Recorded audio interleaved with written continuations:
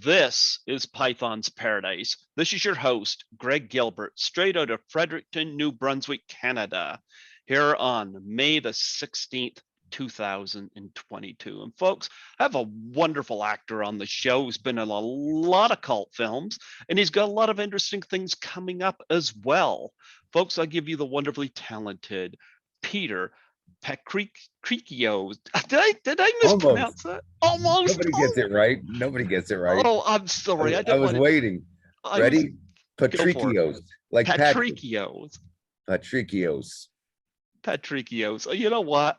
Awesome. I like the sound of the name, especially when you say I just botched it.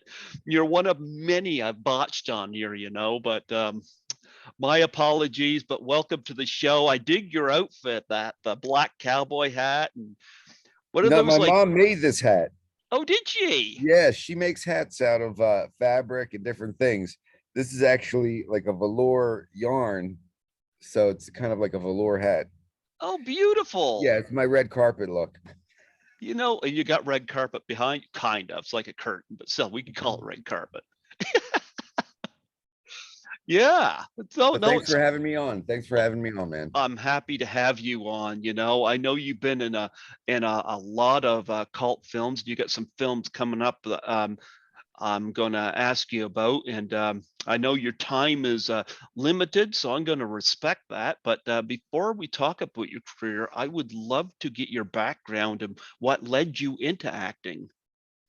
So, I mean, I liked acting from when I was a kid, and so my brother was into it too. So we used to make little movies at home back when they had VCR cameras. We would hook up two VCRs and edit from one VCR to another, and make a little 1 to 2 minute movies, little parodies of things. So we liked it from when I was a kid. But and my mom's a big movie buff, so we always watched movies together, and I just liked it from when I was a child. But my father was more pressuring me for the academics, so he was pushing me to get an education, so acting wasn't going to be a part of things. But as time went on, and as I got closer to my commitment to medical school, once I was accepted into medical school, I went out for a play, and I got one of the roles in Fiddler on the Roof. This was back in college, and I just loved it so much. And every time I did something like that, I knew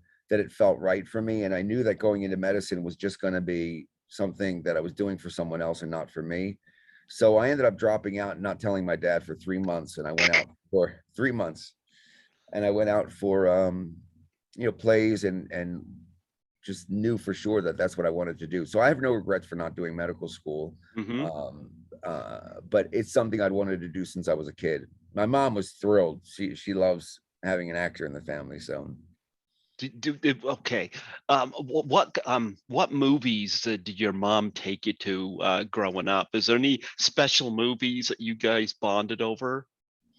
I wouldn't say bonded over, because it's hard to say you bonded over horror films, but we're both horror film buffs. Same here. But I mean, just getting terrified watching a movie like Amityville Horror, movies like that. And of course, the classics, Friday the 13th, that was during the 80s. When I was growing up, those movies were big. Halloween.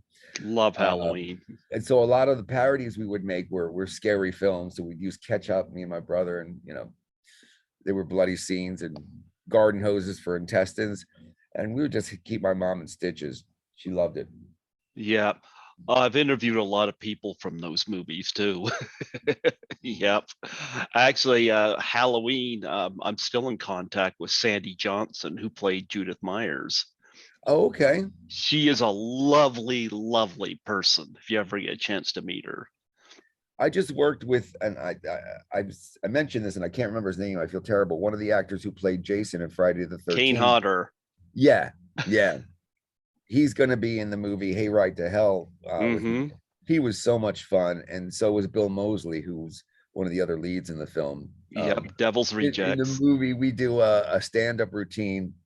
In the movie, they wrote that one of his farmhands does a stand-up comedy routine, and he's just bombing, and so we had to play it like that. And Bill Moseley and I had a lot of fun with that scene.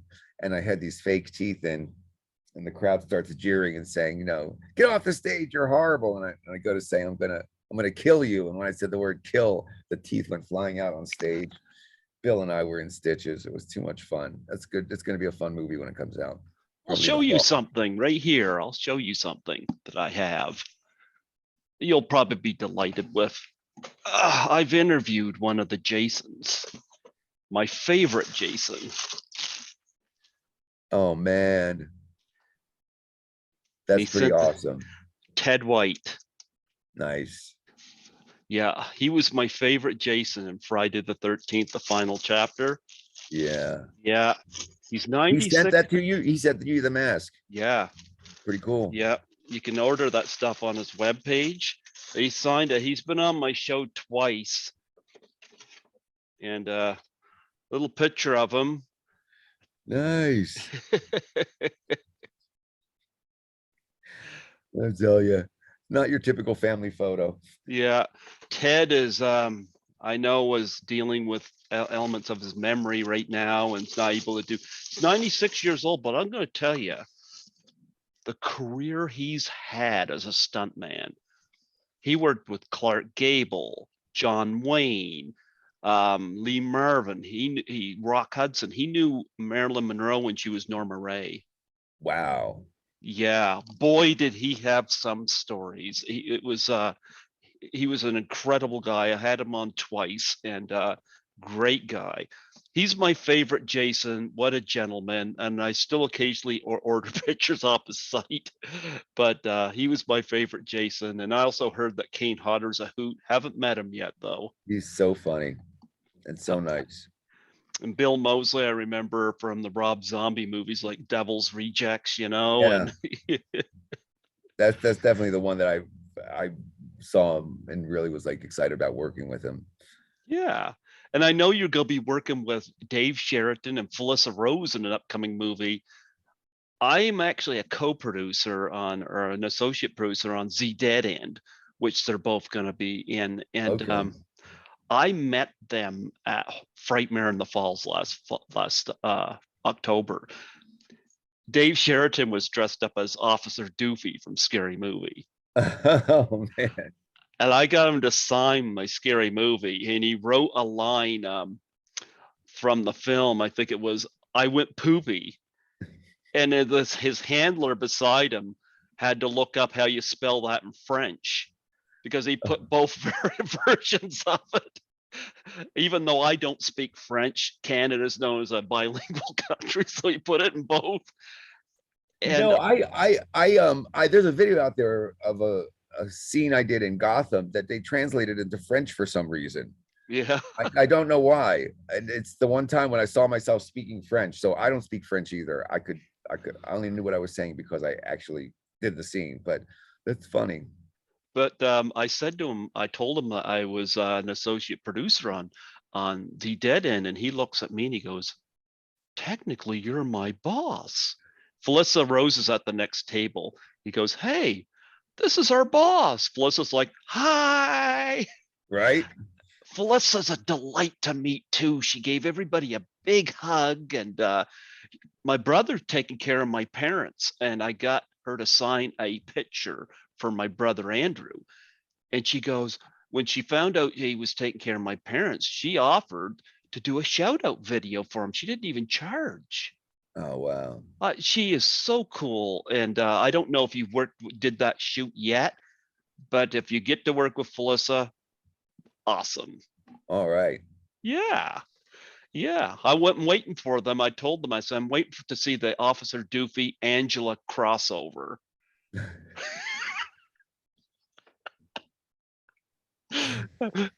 but anyway, yeah, and you're gonna be working with Zoey Deutch. Oh my, she's beautiful. Yeah, and she's a good person too. This is the second film I've gotten to do with her. The first film we did was, gosh, it was probably around 10 years ago. It was a movie called Mayor Cupcake.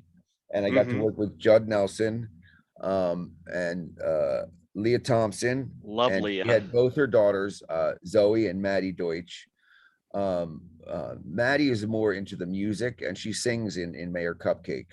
She Hmm. does a cover of one of the songs, "Don't You Forget About Me." I don't know the title of it. Yeah. And then years later, I get this audition notice about going up to New York, and I look at the executive producers, and Zoe's one of the executive producers of it, and it's called Not Okay. Mm-hmm. And so I was really excited to get to see her again, and I hope that she would remember me. I mean, it was a big part in it, and I was kind of after her mom. I was like the bad guy in it, and she Mm-hmm. remembered me, and she gave me the part. And so I'm after her in this movie. Like I was after her mom in the Mayor Cupcake. Now I'm after her in Not Okay, and that's coming out probably in about a month and a half. You should watch for it. It's going to come out on Hulu. It's going to be streaming. They should put it at the theater. I don't know if it's going to be in the theaters. I think it's a Hulu original. It's one of those. Well, you know what? Zoey Deutch was in one of my favorite movies in the last 10 years, a movie I saw 9 times in the theater, and that was Everybody Wants Some. Oh, I did not see that. Yeah, it's Richard Linklater film. I saw that 9 times in the theater. It's set in 1980. It's a spiritual sequel to Dazed and Confused, Okay. but it's not the same characters. And this, You did it. Go ahead. yeah, Dazed and Confused is set in 1976. This one here set in that last weekend before college, 1980. And I'm going to tell you, the soundtrack just took me back because I was born in 1972. So I remember when a lot of this music came out, and I kept going back because the next day, like, the movie just wouldn't leave my mind. And I've never been to a movie 9 times before, but I was to that one, and I got it on Blu-ray, and I've interviewed 3 of the cast. I haven't had Zoe on here. That might be a stretch, but she's welcome. But her mom's pretty awesome. We all love Leah Thompson. I You know, know. yeah, she's a delight. She's a butterfly. So I wouldn't be one bit surprised if Zoey Deutch was much like her mom. They got the same eyes. They do. They look really similar, and they definitely have the acting chops. You know what I mean? She was in a movie. I think it was called Before I Wake or something, where she was looping the same day. I Have you ever saw seen it? that twice in the theater. I've seen that movie about 10 times. I just thought her performance was amazing, and I just loved the movie itself. It was really well done. It was sort of like a dramatic Groundhog's Day. Yeah. And she was in The Outfit earlier this year too. I saw that too. With who's the guy in it? Um, Help me out. just a second. I'm gonna bring that up here. Bring it up because he's in Not Okay as well. The young guy, Oh, the the young Maze guy. Runner. Okay. I'm gonna say his name and then I'm gonna feel like an idiot.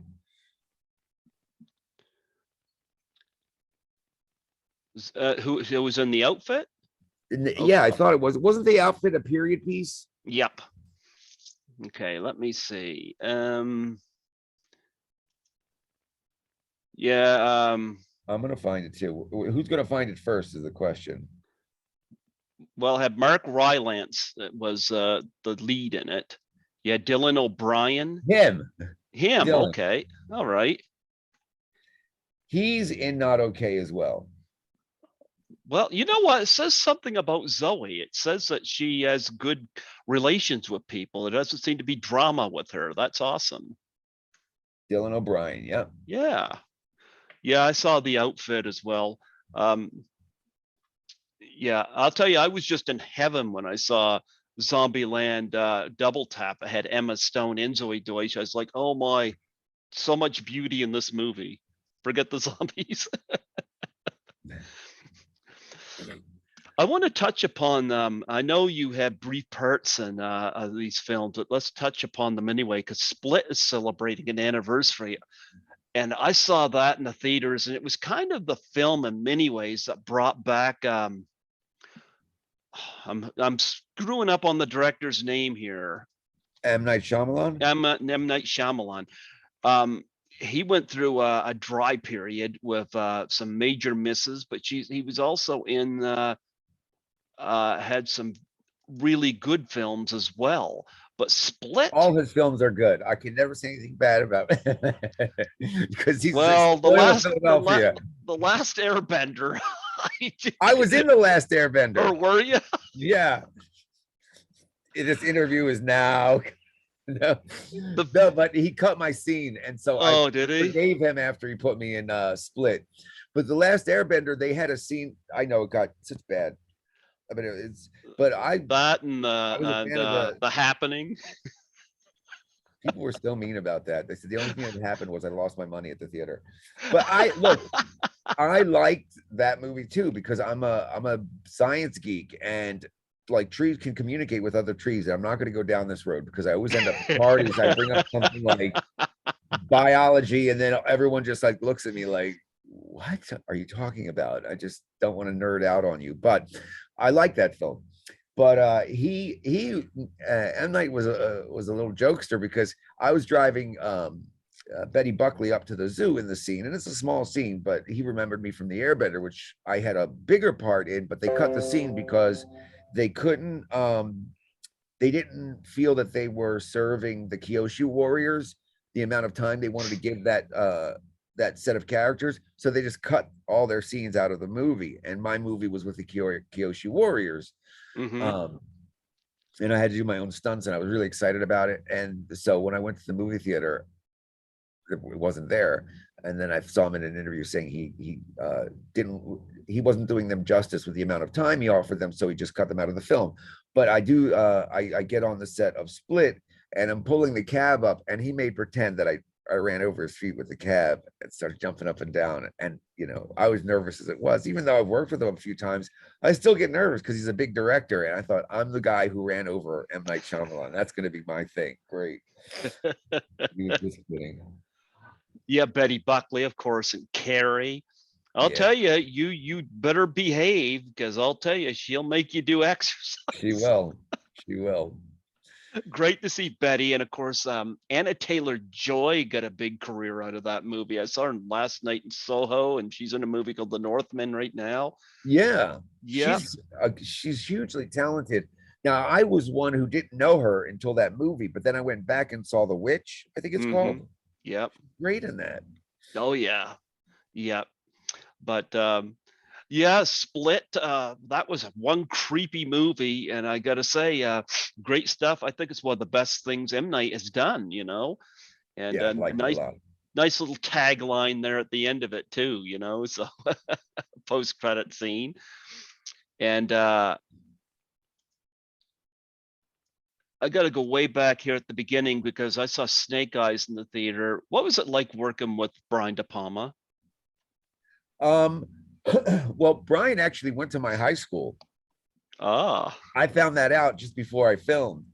And the woman, and his father was, I think, a dentist. And the woman who worked at his front desk making appointments gave me a message for him. So when we got to set, I had to give him this message. It was so random, and he just started cracking up. But it was the first major movie I ever booked was for Brian De Palma, and he was super down to earth, super nice guy. And the story was that he was watching the auditions for this thief in the casino who goes around robbing people's coins.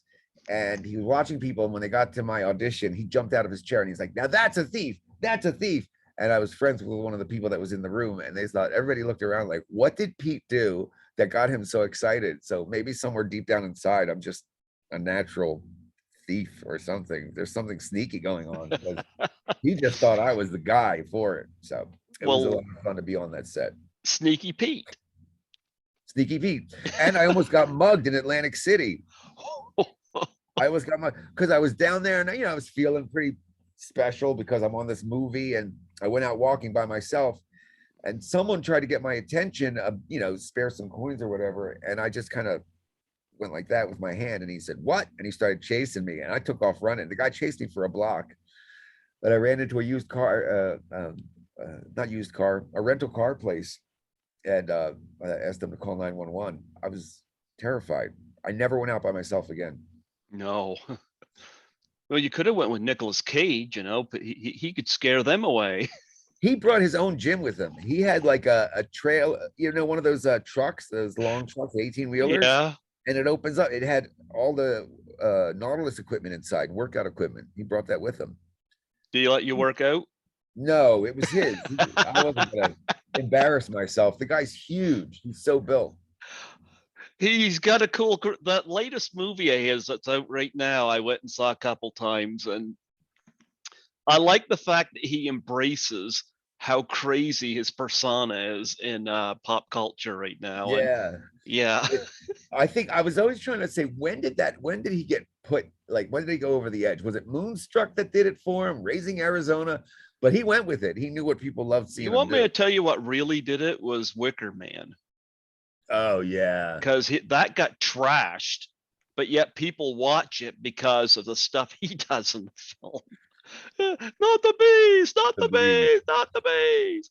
But people Crazy. love him. Like, he had no dialogue in Willy's Wonderland, and you can't I take didn't your see eyes that. off him. I didn't see that. Yeah, but I really like that. And of course, he was in Mandy. Here's an interesting little tie-in. Mandy has a connection with the Friday the 13th films, because it's one of the dialogue pieces where the woman that plays his wife is in a convenience store talking with somebody, and they're located around Crystal Lake. Oh. It was just a little, and it was a deliberate tie-in apparently by the director. There's no Jason in it. Right. Yep. Did But did you know that on your own? Did you make that connection? I heard about before I saw the movie. I love the way you say about. It reminds me that you're up in Canada. Everybody says that. Sounds normal to me. How do you say House? House. Say that word. House. House. House. House. House. It's worse when you say about. About. My grandma had that same accent. She said about the same way, and she was from Maryland. I could never figure that out. But That's funny. it's the best. Yeah, I've gotten that a few times. I don't notice, but why would I notice? I don't know, but it thrilled me to know that you're in Canada, because then I thought, well, I have a fan outside of the United States, so that's good. Oh yeah. And you play a thief and my super ex-girlfriend. That was a good time too. She is I just think she's an amazing actress. She's done a lot of movies that maybe, where it was like a little like some of the cheesy films that she's done, but she's so talented, and I loved her in Jennifer 8, and I loved Super Ex-Girlfriend. I thought it was hysterical. They almost got cast in a second movie to play her husband, and when I got to set, the director couldn't use me because I'm really short and she's tall. You're talking And about Uma Thurman, huh? Uma Thurman, they Yeah. couldn't tell from my headshot that I was only 5'7". They thought I was like 6'1". Well, let her bend down. No, I don't think anyone's gonna do that. Not for Uma. But she's a really talented actress, and she's a good person. So Yeah, I like Uma Thurman, and so yeah, I saw that in the theater as that was well. my first time using green screen, was for that movie, because when she picks up the limousine, that was all green screen. And I'd never been in a green screen set before, so that was interesting. You sort of have to pretend things are happening around you and looking around it. It's nothing. Oh yeah, but yeah, Uma's done some great stuff with Quentin Tarantino, and Yeah. yeah, he got some great work out of her, and such. There was another one I was going to ask you about too. Let me see before we get to your and I can't find it here. I'll probably find it later. But I want to go back to Not Okay. Talk about the plot of that movie. Let's get that promoted here. I'm so scared to say anything because it's got a plot that you don't want to give anything away. But Okay, give away what you can. What you can. this is so essentially, with social media today and everybody trying to get the likes and all of that, it's about Zoe's character shares something on social media that ends up, getting a life of its own. And it's sort of the consequences that happen because of that. So my character plays a character that's part of the repercussions of what she's done. Ah, okay. Well, the plot sounds interesting, and I know what you're talking about, but we won't go into it in detail. But it does sound, it sounds like something I'd go see at the theater. Yeah, and it was great watching her work. She's got talent, and she's super nice. She's super kind to people around her. She wasn't one of those people that, your stardom. I mean, I was on set one time of a movie, and I'm not going to say the actor's name, but they yelled cut, and this little kid ran up to him. It was a superhero film, and asked for an autograph, and he said no and walked away. And the kid was like 10 years old, and I thought, I don't. You're in a position where your signing of a paper can make somebody's year just to sign your name. A little kid wasn't a grown up. Maybe a grown up could know better than to interrupt you when you're between scenes. But I remember thinking I would never tell a child no to signing something for them, and I always admire actors like Zoe who doesn't have an attitude about her stardom. She's good to people. She talks to everybody. She thanks the extras who were on set. She's a good person. I like that too. I've heard stories like that about Roger Moore was one I heard this about, was somebody that would meet everybody on set. Oh, wow. Like he would go around and he'd meet even the person that was cleaning up the set. He would meet everybody. Get their name and say hi. Yeah, I heard a couple of stories about Roger Moore being like that. And I think that's important. I heard similar stories about Robin Williams as well. God rest his soul. Yeah, he went to I felt bad when he was gone because Robin Williams was just like who knew he was having some issues. Yeah. Yeah. Who else was really cool? James Gandolfini. Now, before I started doing the films, I worked for 4 years on The Sopranos as Mike Imperioli's stand-in. Okay. And that's where I sort of, you take acting courses, but when you're on the set of, an Emmy award-winning show, and then you see people transition from who they are into their characters and making choices, because I would get the sides, I would get the script ahead of time and make my own choices just to see what I would have done, and then watch Michael Imperioli make his choices and watch James Gandolfini make his choices. And that's where I learned, I think, more than I did in any kind of acting workshop I'd ever taken, was watching these actors work. And James was a lot of fun and easy to work with. And I remember, I'll tell you a fun story about being on that set. So okay, as a stand-in, you weren't supposed to really talk to the stars, or because we're all in the same boat. They don't want the stand-ins lining up for autographs and things like that. So I knew that, I'd been on there long enough. So Frankie Valli was making a cameo. He was one of the characters in The Sopranos.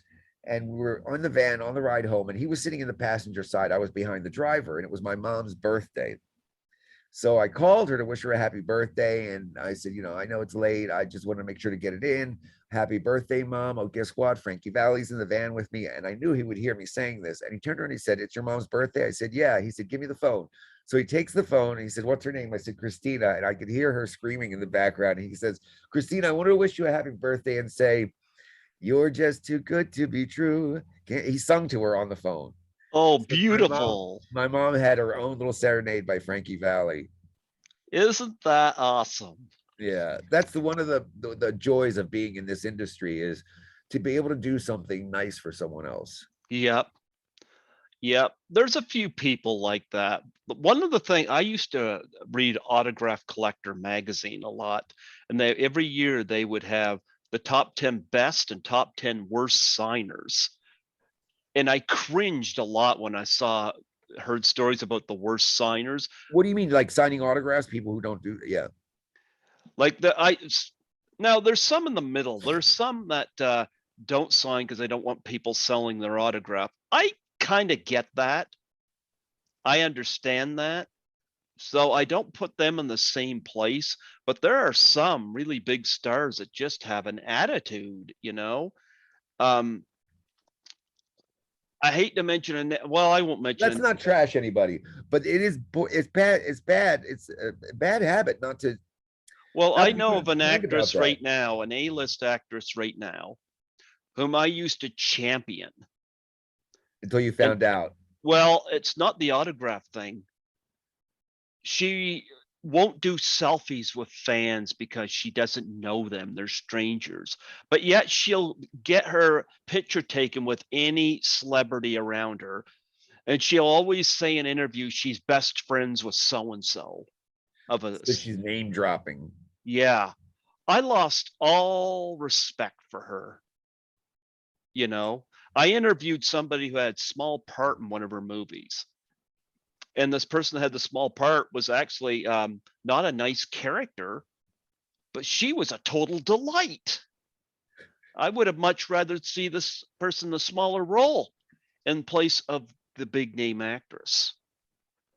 But I hear great things about people. Like I heard John Travolta's great. I heard that Matt Damon's great. I like people that will stop and sign. Or Jack Nicholson's great. You know, I'll hear stories like that. You know, and those people when their movies come out, I'm like, they deserve to be applauded. They deserve to be supported because they're nice. You They're know, nice. Yep, yeah. definitely. It's a privilege to be in this business for sure. Absolutely, absolutely. So it made me sad when I hear story about people being going out of their way to be ignorant. And there are a few that's done that. Not to me personally. I've been lucky. When I said that you'll be lucky to get to work with Felissa Rose, I mean that. After the convention was done, she still had like people were closing up their vendors. She still had about another 40 or 50 people in her lineup. Guarantee you she still was signing for everybody. Yeah, that's Like cool. she's just real cool, you know. But yeah, let's talk briefly about Hayride from Hell.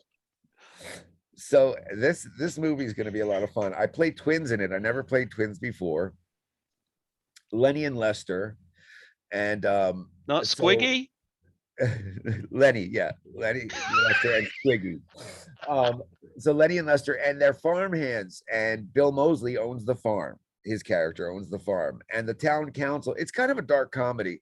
They come around and they're trying to shut down his farm, and there's a twist to it. He has a haunted hayride attraction, and he says to the council, if I could uh, legitimately scare you, if my haunted hayride attraction this year is so scary that I really scare the piss out of you, will you let me, keep the farm and keep things going? And they said, yeah, that's the deal.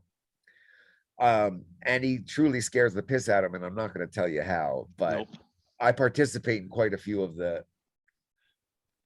It's so I play Lenny and Lester play characters within the haunted hayride. So I played the stand-up hunchback.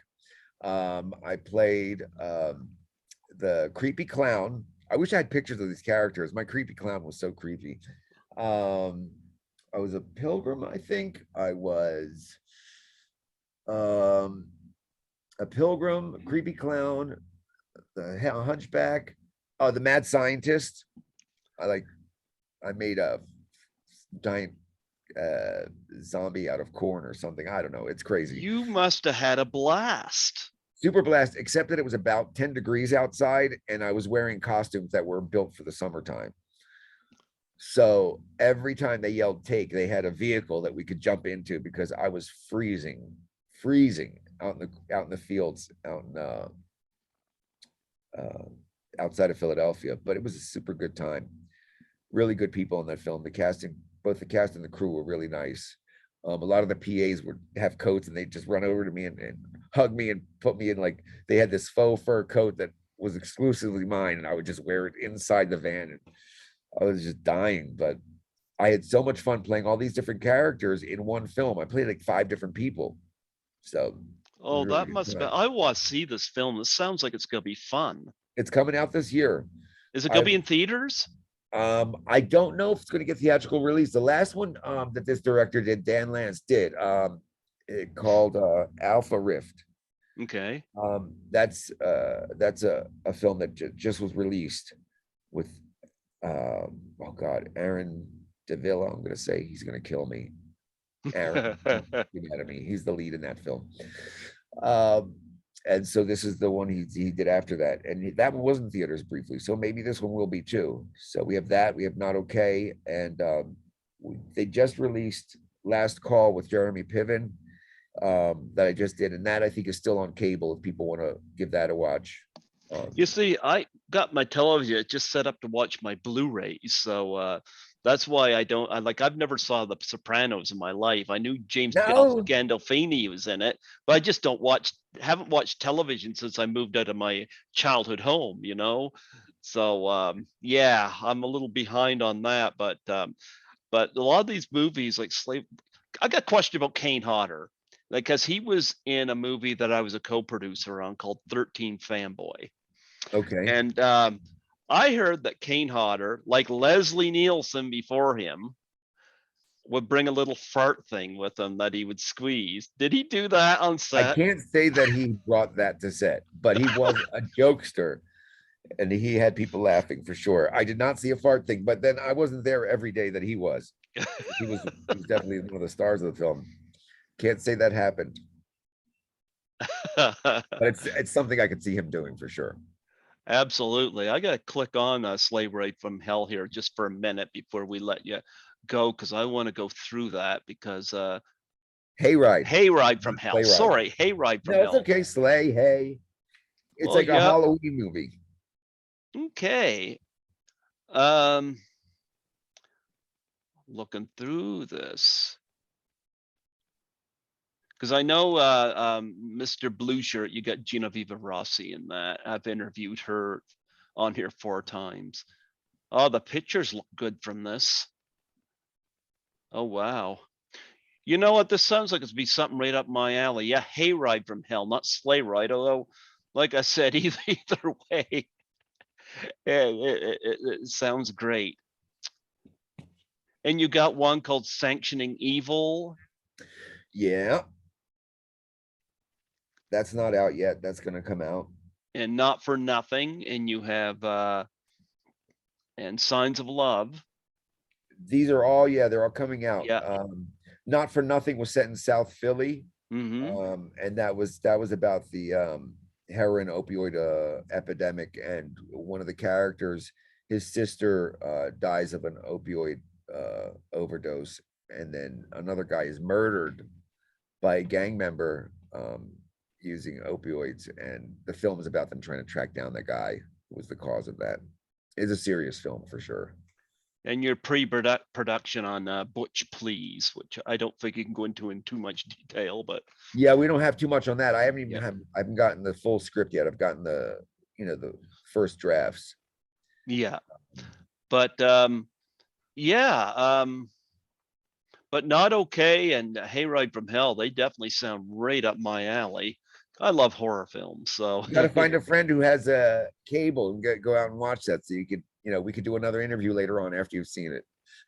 well, I'm gonna put you on my list for 2023.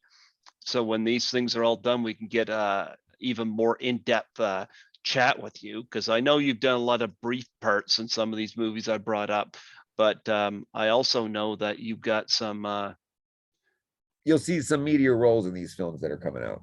yeah, because I want to do you justice as well as a performer. So I love the You did fact me justice. I feel special. Thank you for, I mean, all the I way was from happy. Canada. I'm happy to have you on here. Seriously, like I'm happy to have you on here. Definitely Hayride from Hell. You get to play multiple parts. I mean, that's gonna be awesome. Yeah. If you want, you could look me up. There's a movie where I play the lead. It's a short and it's free. You can look it up on your computer. Google The Line, like drawing a line, The Uh-huh. Line by Luke Wallace. I play Okay. like a drug heavy kind of guy. 20 Okay. minutes. You'll like it. Okay. All right. It's like a Zoey Deutch in it. No, talk about fixated. She's beautiful. but nonetheless, it was great to have you on here. It was great being on. I'm gonna say this. I love what you're doing for your mom, and Thank you. I think she'd be proud of you, especially sporting that hat. She's sitting right over there. Say hi, Mom. Say hi, Greg. Hi, Greg. How'd you do? She's so happy I wore the hat. She kept saying, "Don't forget the hat." Yeah, Oh yeah, no, she'll be proud of you. Like I said, you remind me right now of my younger brother taking care of my folks. So I think that's awesome. I couldn't do what my brother did, but I did work as a cleaner through this whole pandemic mess. So but yeah, I'm glad you get a good relationship with your mom. I think you guys should set up a TV and watch some horror films. All right. I think you should. That's all we do all day is watch horror films. That's what we're doing. Any specific ones? What have you watched? Recently, what was one of the ones we just saw recently, Mom? Candyman. Candyman. We went the remake, the new Candyman, but then we Actually, went it's back. not bad. Yeah, we do that stuff. And then we saw some new ones too, but we're just all the time, and we're just watching Revolutionary Road right now. She paused it for my interview. So Yeah. I'm gonna get back to watching TV with Mom. Well, I'm a co-producer on 13 Fanboy, but my picture is in the film covered in blood. I'll look for that. 13 Fanboy. Yeah. All right. Yeah. Well, before I let you go, would you mind doing a plug for my show? How does that work? What do you need me to do? Just state your name and say you're listening to Greg Gilbert on Python's Paradise. And if you want to throw out, watch such and such a movie when it comes out, go I'm not for gonna. it. No, I'm gonna let them go to my resume because you're giving me a mouthful to say. Yeah, this is Peter Patrikios. You're watching Greg Gilbert on Python Paradise. Paradise. Oh, I knew I was gonna mess it up. This is Peter Patrikios, and you're watching Greg Gilbert and Peter Patrikios on Python Paradise. Absolutely. You know what? Wonderful having you on. I'll have you back next year, and we'll get into details on how misbehaved Kane Hodder was on that set. We'll do that. But anyway, God bless you, and have yourself a wonderful time with your mom watching these wholesome movies. Yeah. Thank you, Greg. Take care. God bless you. All right. Bye-bye.